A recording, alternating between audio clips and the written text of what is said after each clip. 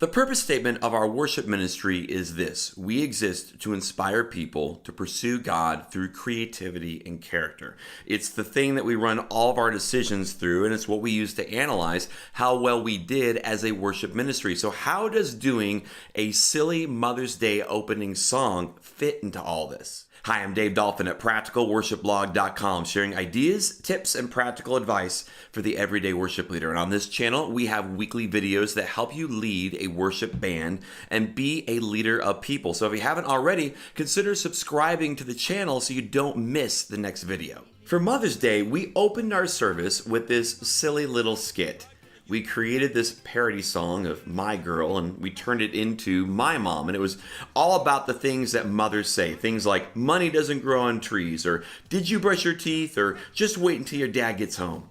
It was a lot of fun to put together and our people loved it. On Sunday mornings, right before we do our final run through, I take a moment to cast vision with our worship team and our production team. We spend so much time focusing on the how, getting these songs up and running and transitions and cues and things like that, that this is our time to focus on the why. What's the big thought for the day? How is what we're doing fitting with the overall mission of the church? How is this drawing people closer to God? The purpose of our worship ministry is to inspire people to pursue God through creativity and character. And so I asked everybody in the meeting, how is this silly little Mother's Day song, this song that we spent time writing and then blocking and scripting and mixing and designing lights for and finding stagehands for and props, all of this work, how is this inspiring people to pursue God? The team had a lot of great responses to this question, which I'm going to share with you over the next couple of minutes. But as I see it,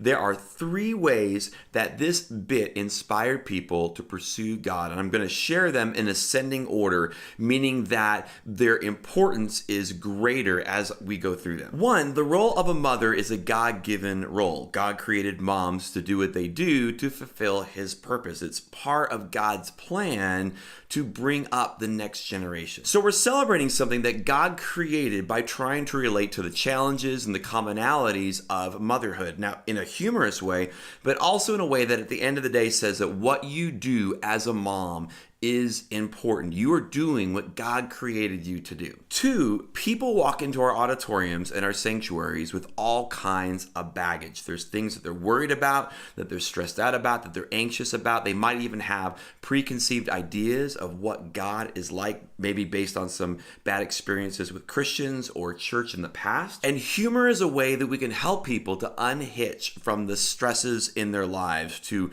pull away from the problems that they seem to be facing. It's the same reason why we sit down to watch television after a long, hard day of work. It's a way to maybe for a moment put our problems aside and unwind. And as a congregation, we're laughing together. It brings us closer. It builds community. In order to help people to focus on God, who is our hope, to inspire people to pursue God, we have to first help them to unfocus, to unhitch from those worries, those stresses, those anxieties that they're currently attached to. And this is a way that we can do that. 3, and this is a big one, it is part of a strategy.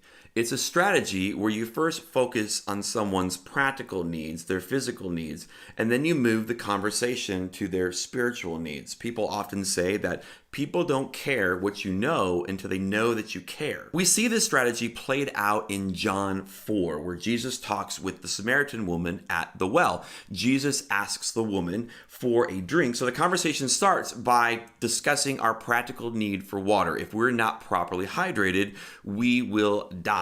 And we can all relate to this, so it's a good starting point. As the conversation goes on, Jesus says, everyone who drinks of this water will be thirsty again, but whoever drinks of the water that I give him will never be thirsty again. So he begins by discussing a physical need for water, and he moves that conversation to discussing her spiritual need for God, which can be described in much the same way. And there's another practical need that he is discreetly touching on as well. When he asks her for a drink, her response is, "Why are you, a Jewish man, talking to me, a Samaritan woman?" Because culturally speaking, Jewish people had nothing to do with Samaritans. And even though out loud she was saying, "Why are you talking to me?" I think deep down inside, she was saying, "Thank you for talking to me." People have this need to feel loved and accepted. And so Jesus, in order to have a spiritual conversation with her, first addressed her practical needs. So we start the service by talking about a cultural holiday and something that every person in the room can relate to. Almost everyone in the service either is a mom, is married to a mom, or grew up with a mom. And then throughout the rest of the service, we take that conversation from this earthly relationship between a mother and a child to a spiritual relationship between a heavenly father and his children. Churches like North Point Community Church and Life Church do something similar when the band does a mainstream radio song right before the service starts.